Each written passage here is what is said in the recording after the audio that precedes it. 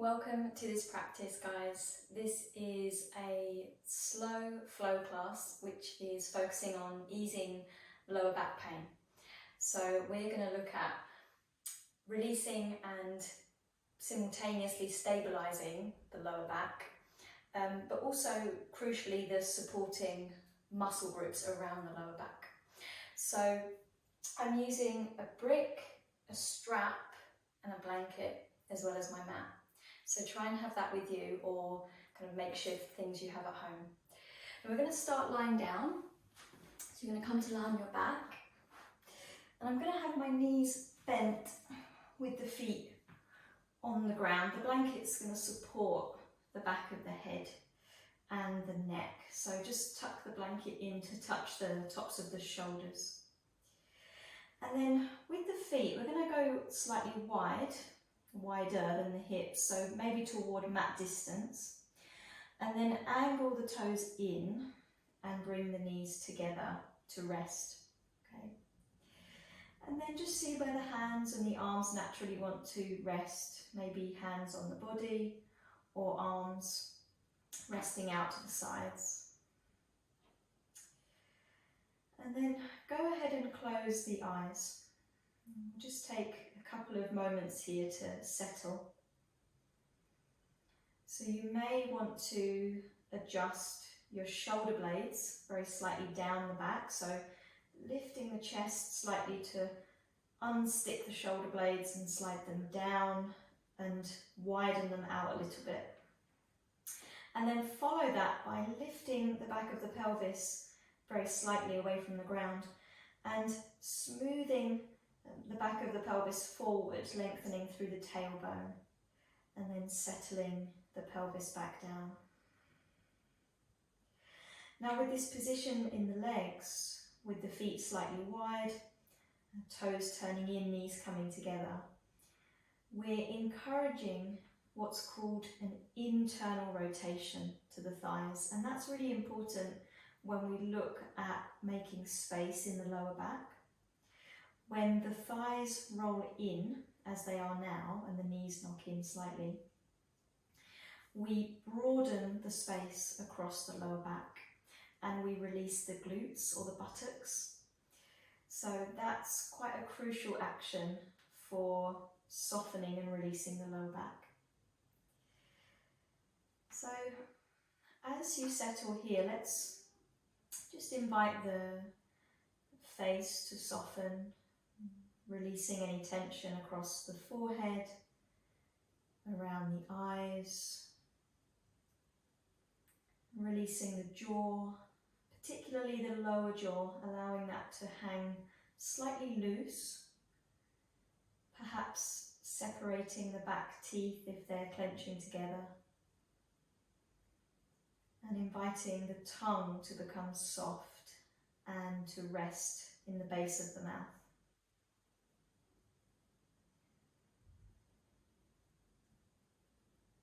And then moving your attention to the breath, start to notice that simple rhythm of breath coming in and breath going out. And start to notice how the body moves to accommodate the breath. So as we breathe in, the rib cage, the diaphragm and the belly gently expand and broaden upward and outward.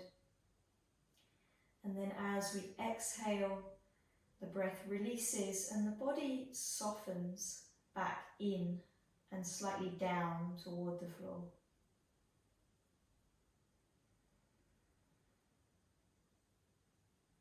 Notice any gripping, any holding around the belly,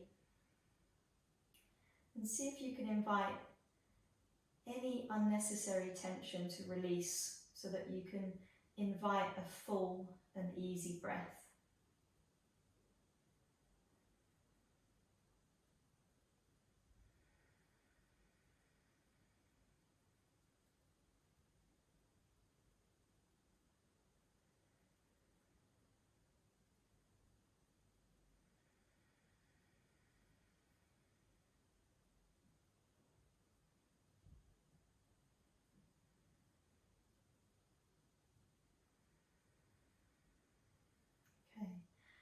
let's slowly reopen the eyes and readjust to the light in the room. And then bring the feet back to hip distance apart and draw the knees up into your chest, perhaps one by one, until they come in. Interlace the fingers if you can around the front shins or knees, and give yourself a squeeze in, and perhaps a gentle rocking from one side to the other to massage the mid and lower back into the floor. And then we're going to take the hands to hold the knees separately, okay? And all I'm going to do here is I'm going to start to make small circles on the very lowest part of my back, which is called the sacrum. It's a triangular bone that feels quite flat at the very base of the spine before the tailbone. And it's where the pelvis connects to the spine. So just see if you can feel that kind of flattish bone at the very lowest part of your back and start to make small circles in one direction. You might notice that actually it's a little bit tender. There might be some knots or sensation of tension or tenderness around that spot. So just explore that and then change direction after you've gone a few circles one way.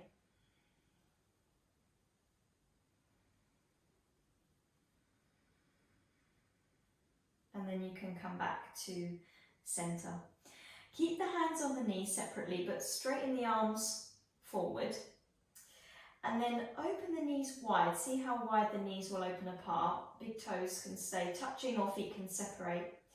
And then start to draw the knees in toward your chest and then bring them back together and press the knees forward. So making big hip circles, articulating the hip joint as best we can. So again, sticking with one direction initially with your circles, and then we'll come back to that starting position that we had with the arms outstretched, knees in front, and then we'll change. So the knees are going to hug in toward the chest, and then we're going to open the knees wide as they'll go, press them forward and bring them back together. And you might notice as you do this that there's an unevenness to the hips. One might feel quite sticky and not very smooth in its circles. The other one might feel a bit smoother, or they might feel relatively even. Just see what comes up for you. Good, and then you can come back to center, guys. So from here, let's release the knees, place the feet on the ground, and take the feet, again, a bit wider than the hips, so maybe toward being mat distance apart, okay? Arms can release down by the sides or perhaps out shoulder height. And we're just going to take a few simple windshield wiper movements. So I'm going to lower the knees to the left and flex the feet, so you're kind of working into the edges of your feet, supporting the ankles. And then come up to the middle, through the center, and go to the right hand side. So just kind of easing some movement really into the hips, which are quite a big kind of supporting factor for the lower back. So sometimes when we have tightness around the hips, the lower back has to compensate for that and move a bit more when perhaps it shouldn't. And that can sometimes cause pain or some aching. And what's quite nice about doing these windshield wiper movements is just that nice sense of self-massage that comes across the lower back, the back of the pelvis into the tops of the glutes. So you can kind of use the ground as a massaging tool. Good, let's come back to center and then walk the feet back to hip distance apart. And then we're going to thread the needle pose. So I'm going to take my right outer ankle across my left thigh, just below the knee. I'm flexing my right foot. The flexion of the foot is going to support the knee joint because it kind of encourages the muscles around the knee to engage and support.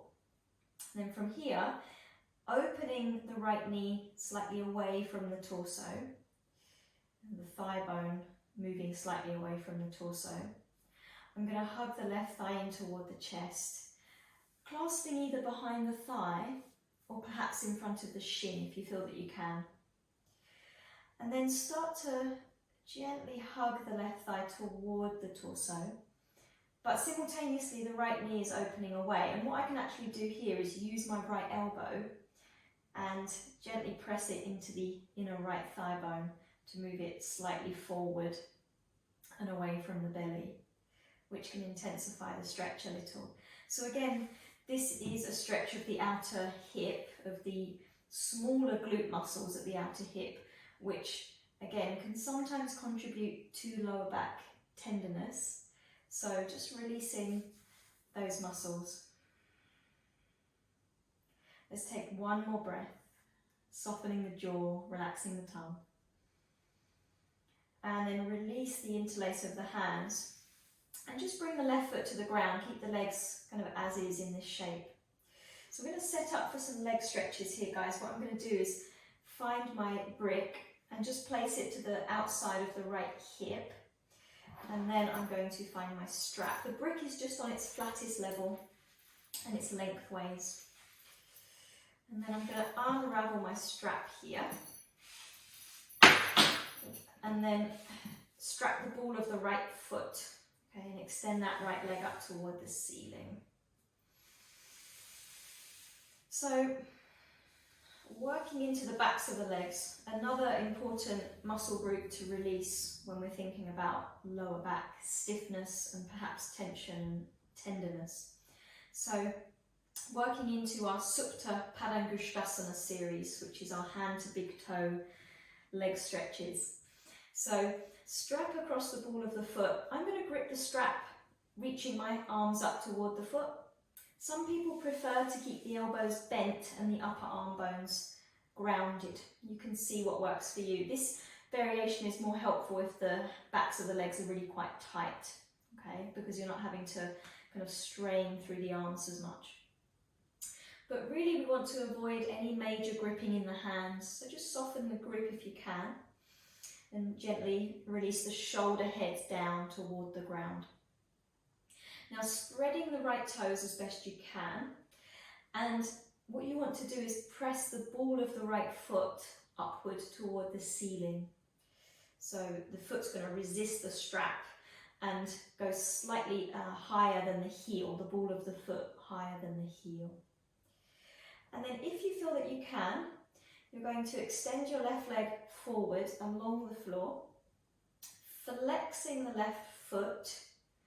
So the left toes point toward the ceiling, the heel is lengthening forward. And the back of the left leg is grounding, and that's quite an active grounding quality in the leg, pressing down, okay? As you ground the back of the left leg, the right leg can extend up, and perhaps you can encourage the leg very gently toward the torso. Let's take another couple of breaths.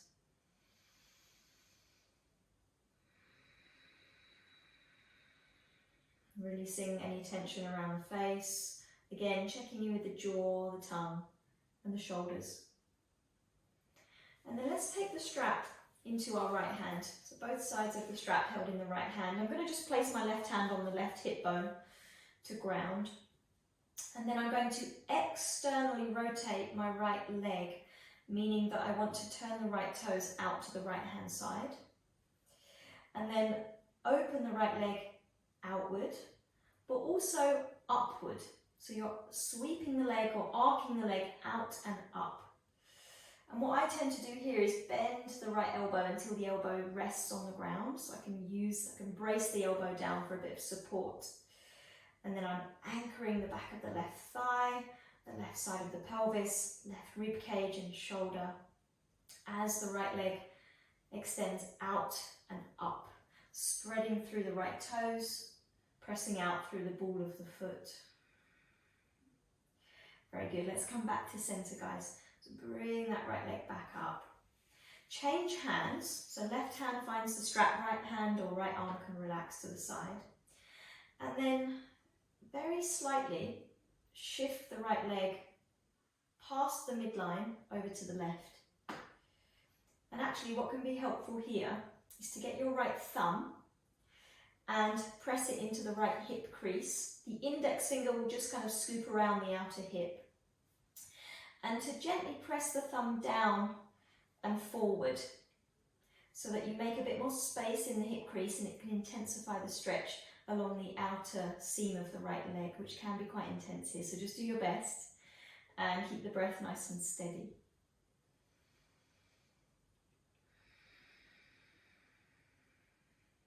Good, let's come back to the center, guys. Very nice work. Now release the strap, keep the leg as is, but release the strap. And then my favorite part is releasing the leg down here. So just slowly float the leg down. And once the leg meets the ground, you can just completely relax everything and let the feet drop out, let the legs become nice and soft, pelvis soft, belly relaxed, shoulders, face. And you can really get a sense here for how much of an impact the stretches have when you feel the quality of the right leg in comparison to the left. Hopefully it feels a bit more relaxed, perhaps longer, maybe as if the foot is dropping out further to the side. Let's see what your experience is. And then you can re-bend the knees and ground your feet. Well done.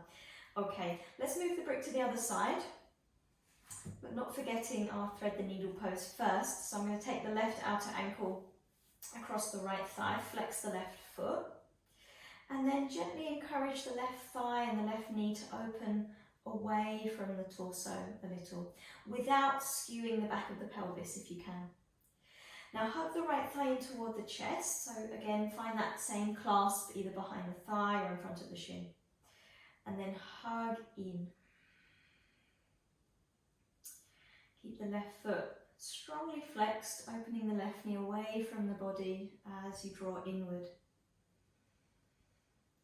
Jaw soft and tongue relaxed in the base of the mouth.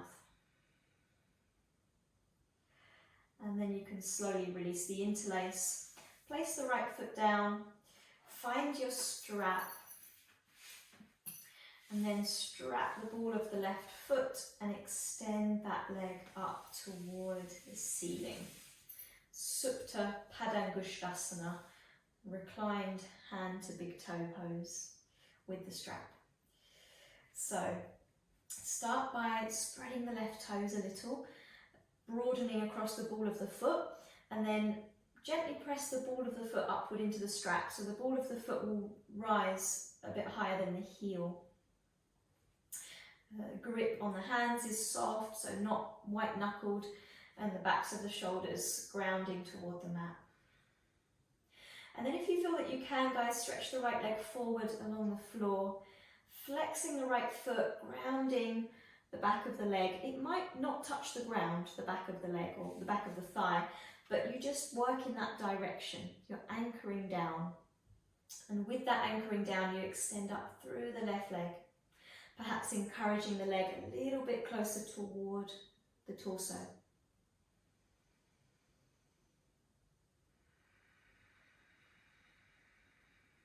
Tune into the breath, steady flow in and out through your nose. And then take the strap in the left hand. Right hand can rest on right hip bone at the front.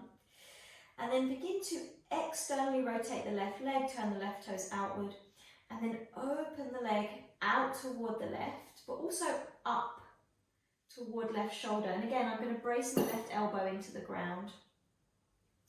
Grounding or counterbalancing by anchoring the right side of the body down, spreading through the left toes, pressing outward through the ball of the foot.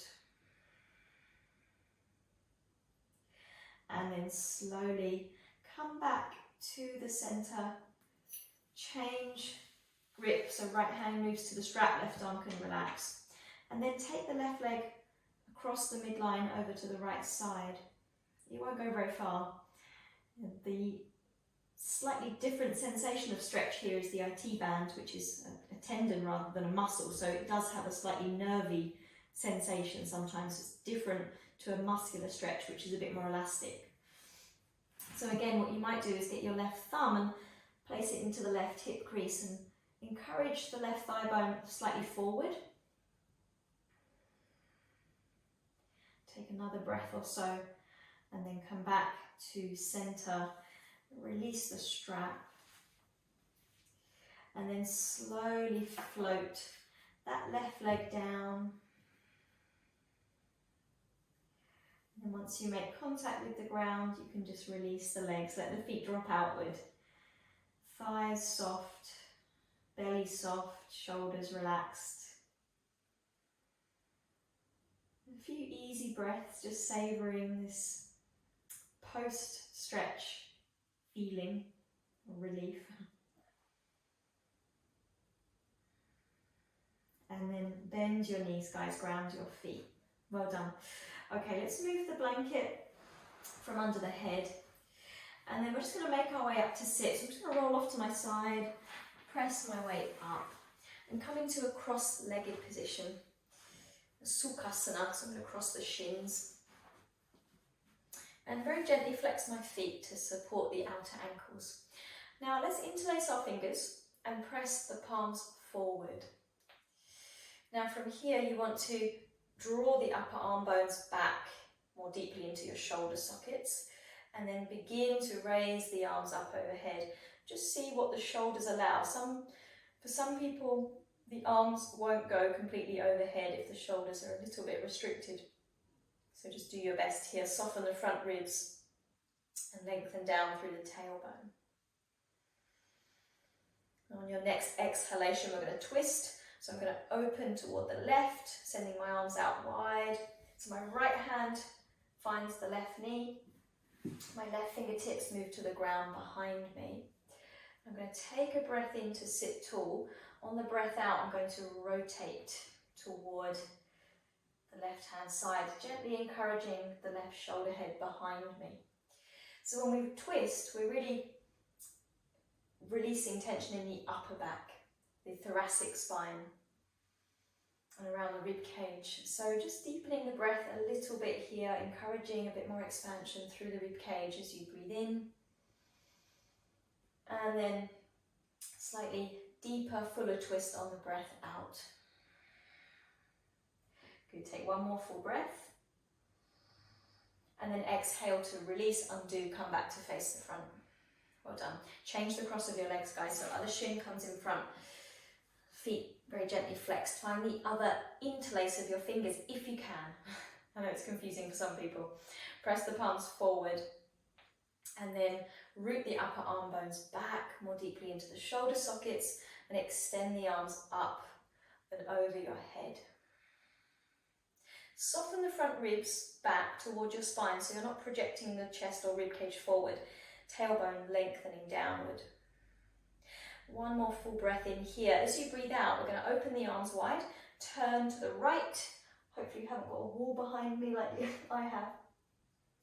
And then you take the hand, so it's going to be your left hand across to right knee, right fingertips behind the back.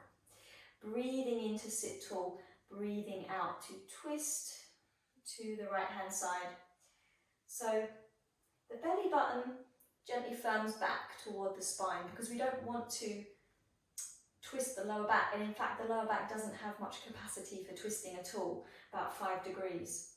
So really we want to twist through the rib cage, through the chest, the shoulder girdle, keeping the collarbones wide, and then perhaps through the neck spine if the head can turn slightly back. And deepening the breath into the rib cage, releasing tension around the mid-upper back, which again can have an impact on the lower back, which is why we want to release the upper back. It's quite a crucial aspect of supporting the lower back. And then on your next exhale, guys, releasing the twist, coming back to face the front. Well done.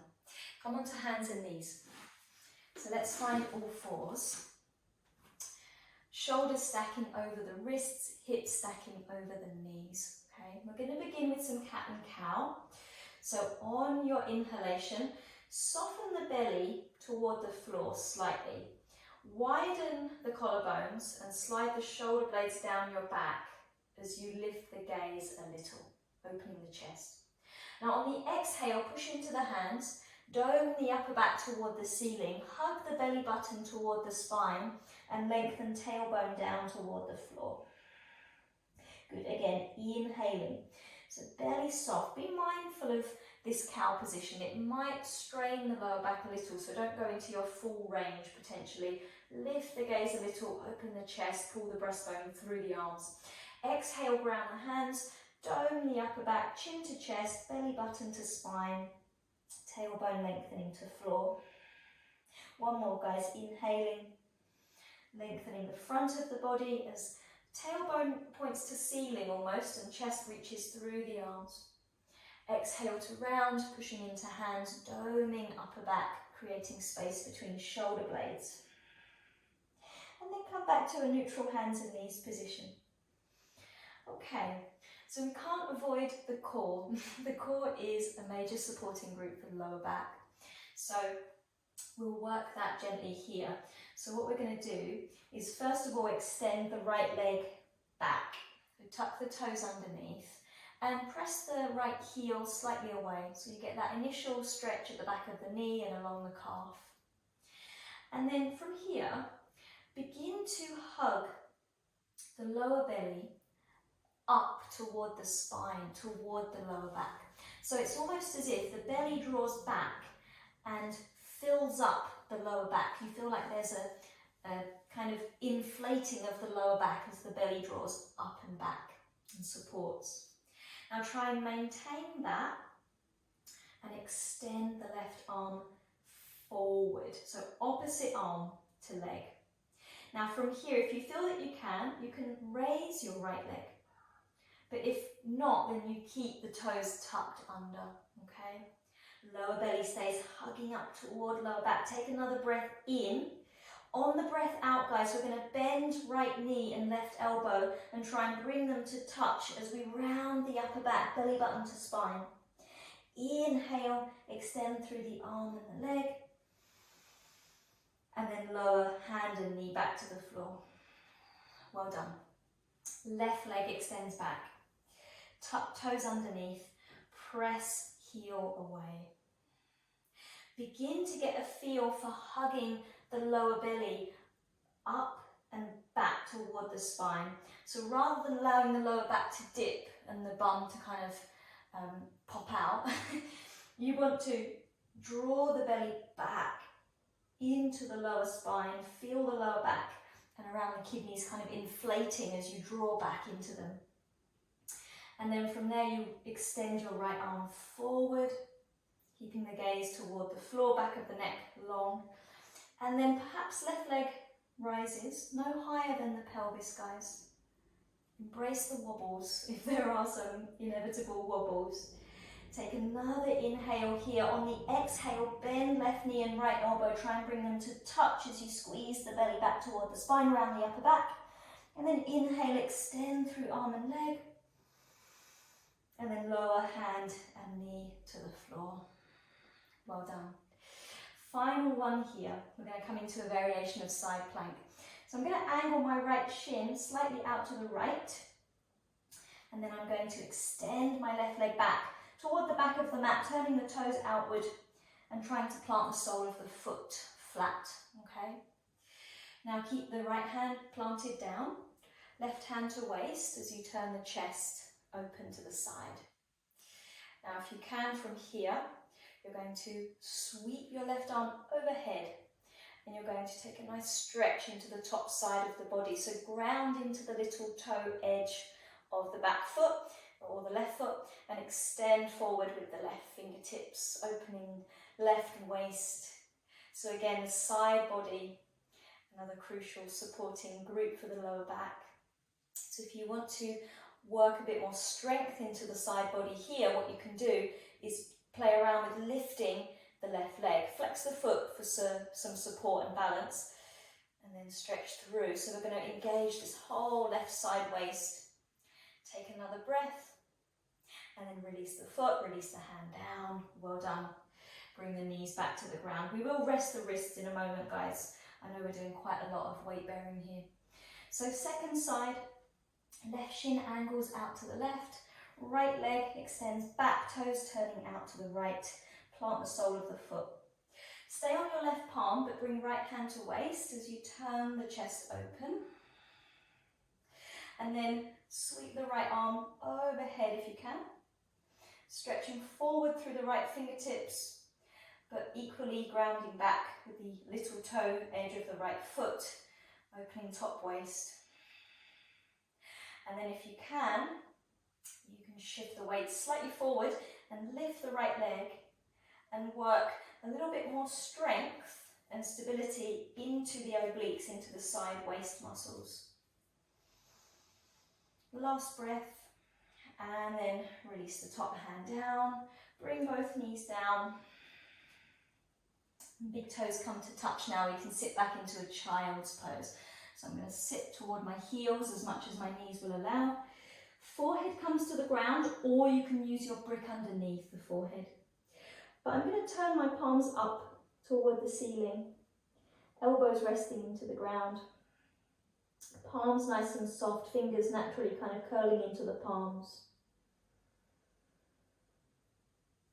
And then with each inhalation, invite the breath to expand back into the back rib cage, down toward the lower back, even as far down as the tailbone.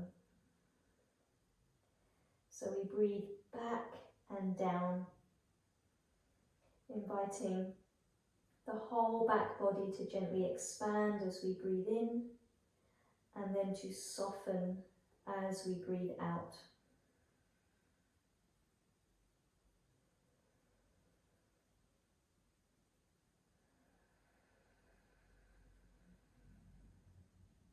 Very good. Let's come up to hands and knees from here, guys.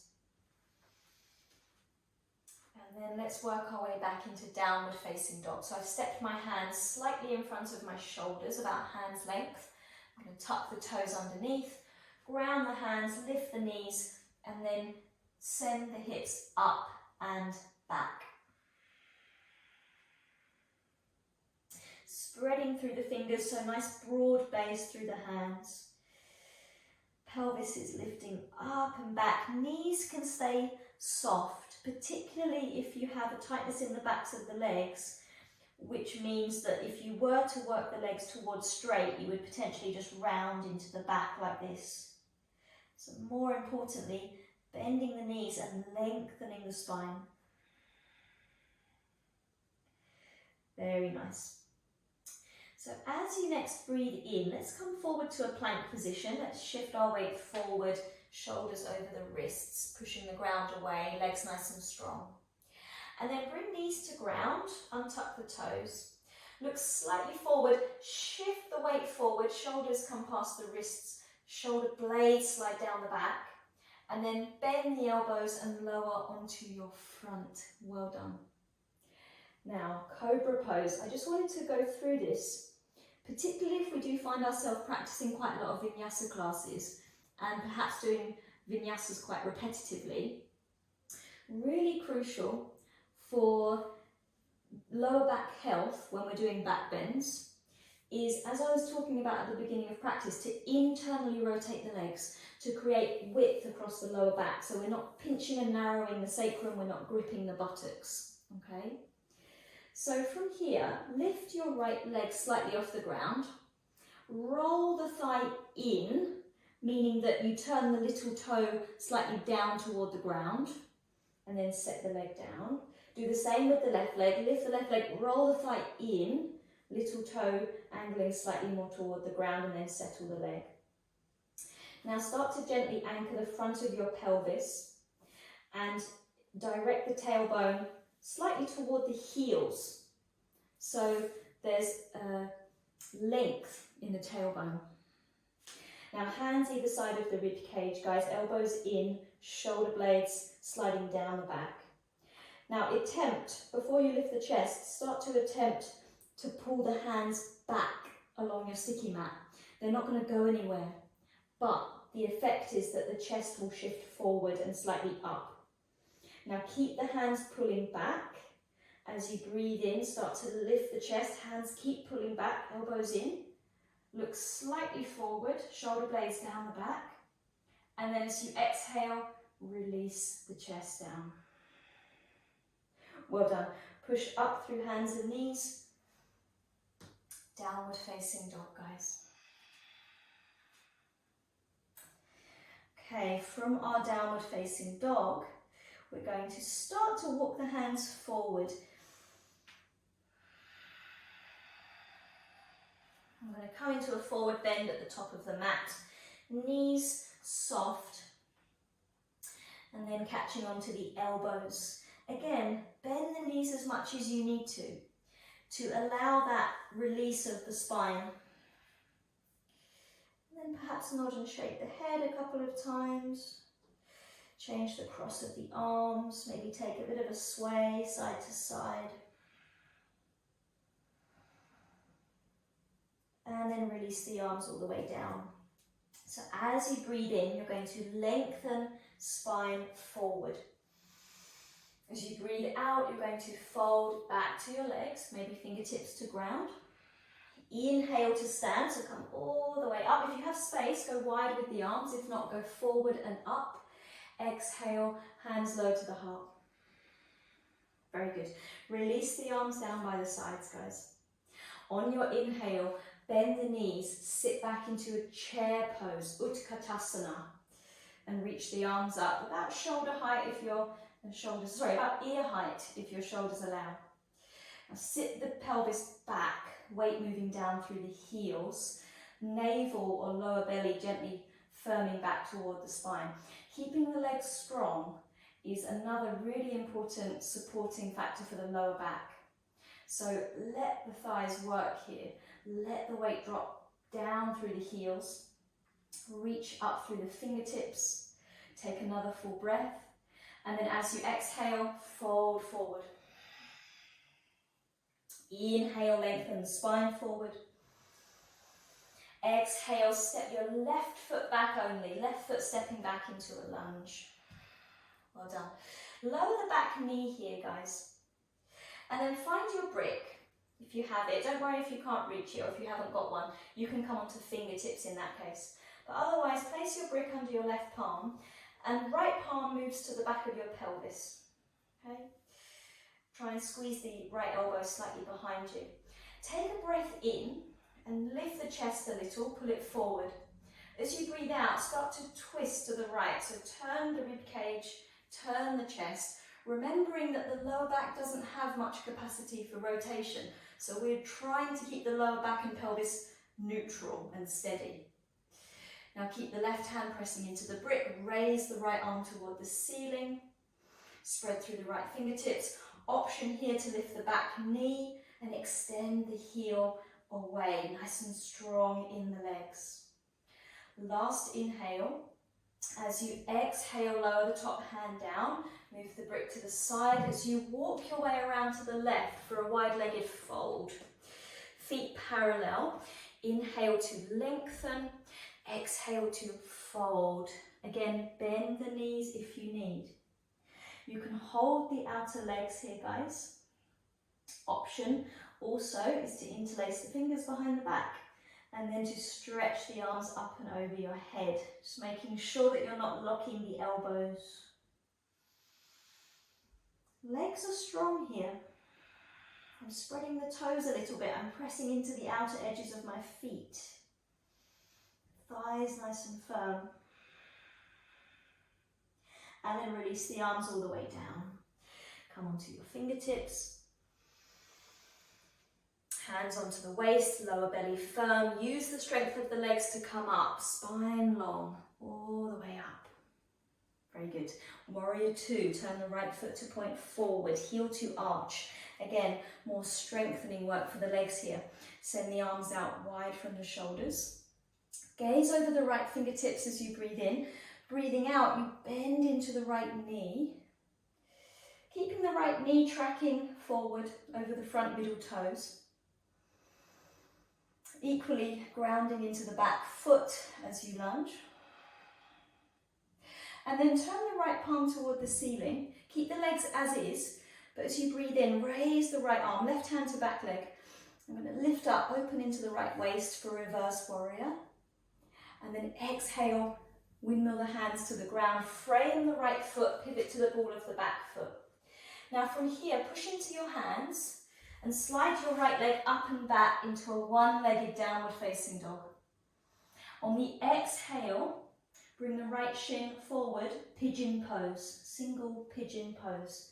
So I'm going to lay my right shin down behind my wrists, knee behind right wrist, foot over to the left. And then inch the left knee back. If you have a blanket or a brick handy, you can cushion up the right hip, or right sitting bone rather.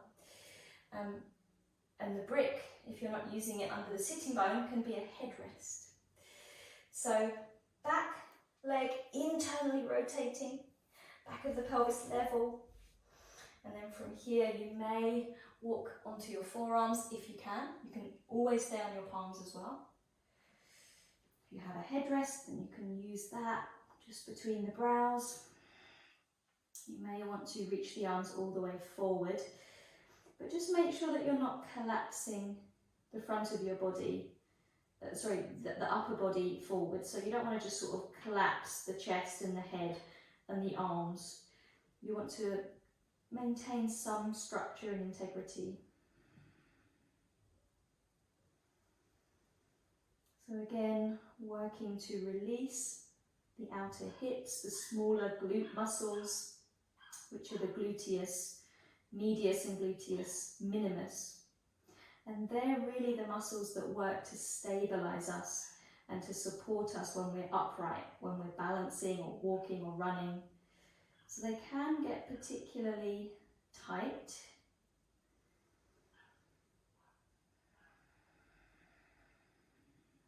Very good. And then you can start to come out, guys. So move the brick if you have it, move the blanket if it's underneath your sitting bone. Come back onto your hands. And then tuck the back toes, push into the palms, shift back into downward facing dog. You may want to go back through hands and knees there.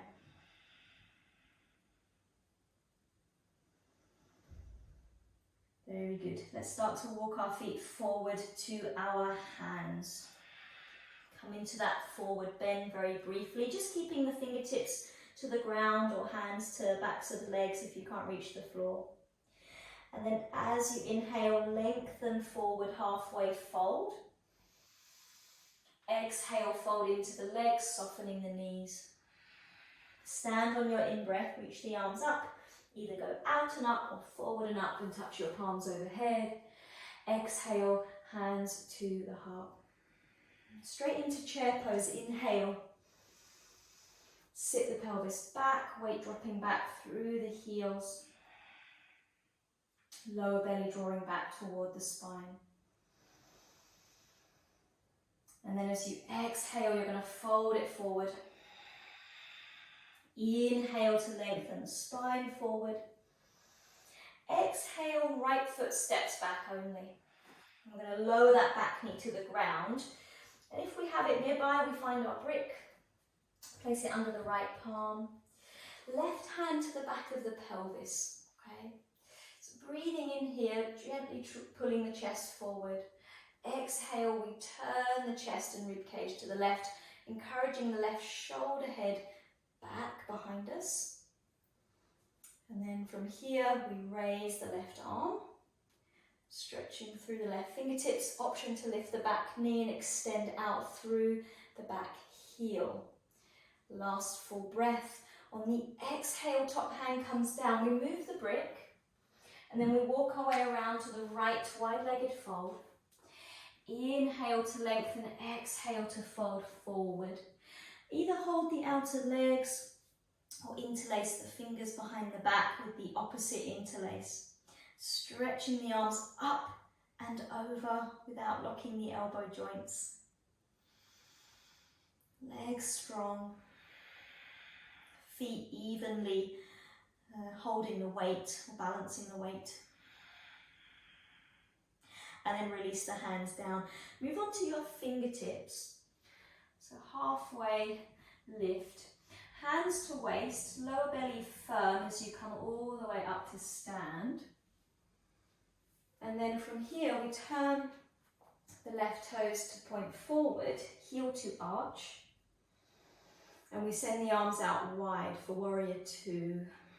So I'm going to gaze over the left fingertips, take a breath in to prepare. On the breath out, bend the left knee and come into Virabhadrasana 2. Equally though, I'm grounding into the back foot, so I don't want to send my weight forward. Although I'm lunging forward, my torso stays aligned over the pelvis, both legs working equally, arms extending outward away from the midline. On your inhale, turn left palm to ceiling, reach up and slightly back for reverse warrior. Exhale to windmill the hands to the ground, pivot to the ball of the back foot, and then press back into a one-legged dog, so you sweep the left leg up and back. On the breath out, come forward, pigeon pose, so bend the left knee, shift the shin forward, sit the knee down behind the wrist, inch the right knee a bit further back if you can, support the left sitting bone. If it's away from the ground, you cushion up underneath, maybe using a blanket. And then you can come forward onto forearms. The brick is there if available for a headrest. Nice inward rotation of the right thigh. So one way that you can sense if you're inwardly rotating the back thigh enough is that you feel some connection with the little toe of the right foot and the floor. So if the toes are tucked, you want to feel the little toe is kind of touching the ground slightly. If the foot is untucked, then you roll toward the little toe side. If you're on your forearms, slide the shoulder blades down the back. Create space for the back of the neck. Release the jaw, tongue.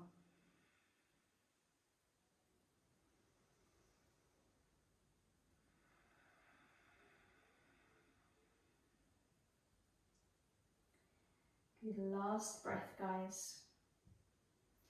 And then you can lift the head, move the brick and the blanket if you're using it, come onto your palms, tuck the back toes, shift back to down dog, maybe through hands and knees, or perhaps you can go straight back. Let's flow through one Vinyasa to round up that standing sequence. Remembering what we were talking about with our Cobra pose to internally rotate the thighs. So as you inhale, come forward to plank. Exhale, lower, knees come down, shoulders shift forward, elbows bend. And then you roll toward the little toe edges of our feet, pull the hands back, inhale, lift the chest, keep the elbows closed, shoulder blades slide down. And then exhale, push back through hands and knees. Let's shift back to child's pose, guys. Again, you can use the brick under the head. You can keep the palms facing down, perhaps palms facing up, or even arms along the sides of the body. And then take a few breaths, breathing back and down, inviting the inhalation to expand the back rib cage, to broaden the lower back and the space around the kidneys. And then as you exhale, soften.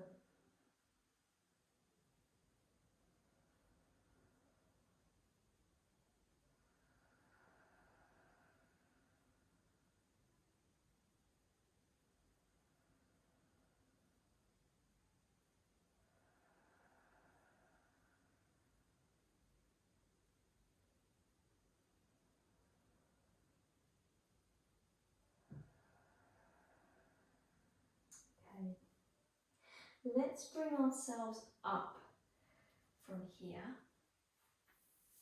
Well done. We're going to finish with a seated forward bend. So you're going to sweep your feet around in front and stretch the legs out. Now, for some of us, sitting flat on the ground like this is going to be a challenge. We may find that our lower back kind of naturally rounds and slumps back and we can't quite perch up on the fronts of our sit bones. We kind of roll toward the back of the sit bones. So in that case, you would find your blanket and kind of create a thickness that works for you. You could even use the brick if you need a bit more height. I'm going to sit myself up on the blanket and stretch the legs forward.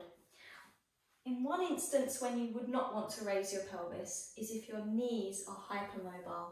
So if when you raise your seat, your knees, the backs of your knees press down toward the floor and your legs kind of bow, then that's not so good for the knee joint. So that in that case you wouldn't use a raised prop under your pelvis. Okay? But otherwise it's helpful.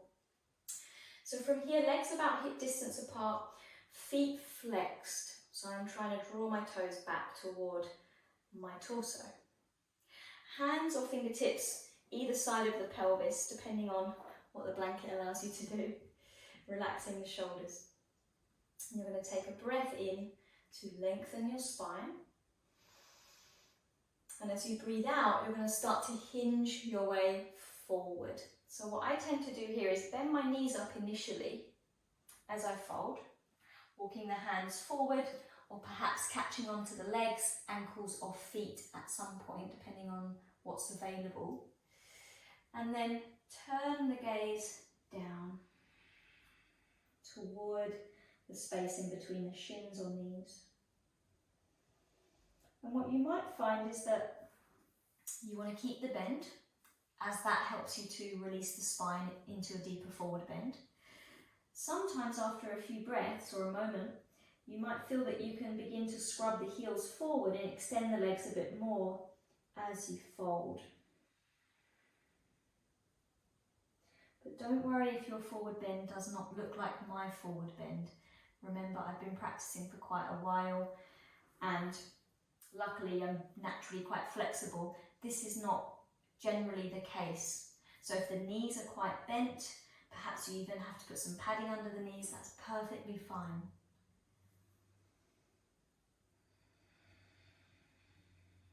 Try to relax the shoulders and shoulder blades slightly down, away from the ears, away from the neck. Take another breath or two, breathing back, expanding, broadening the back body.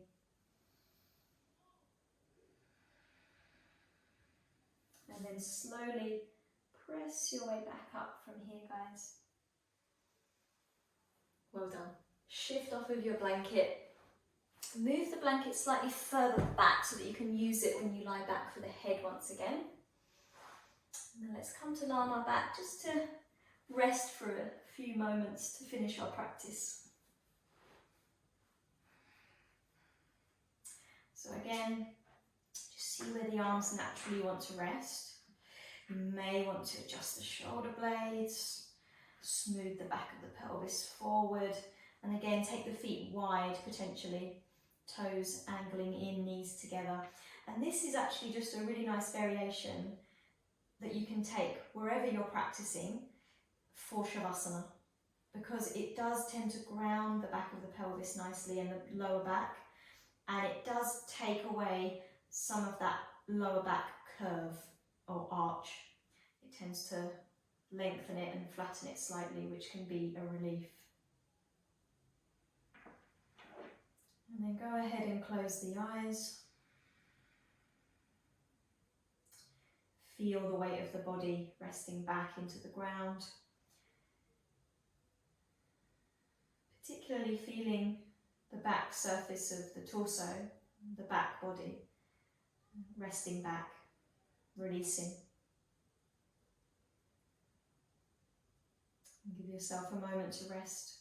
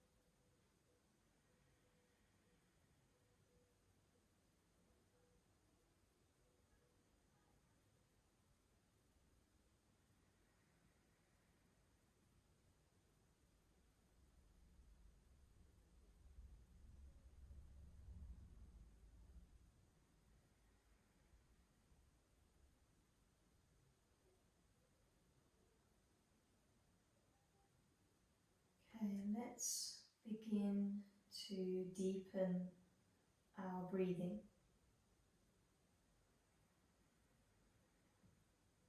And invite some movement back into the fingers and toes.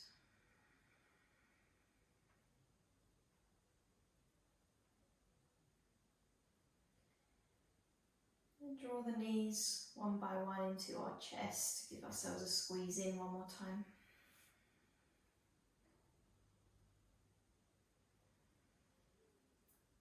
And then we're going to roll to the side, press our way up.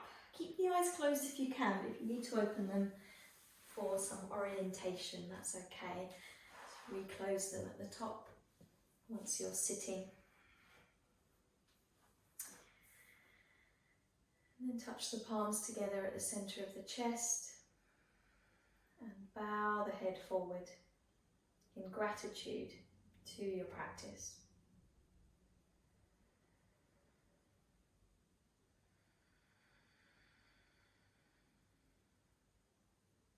Slowly lifting the gaze, opening the eyes. Namaste.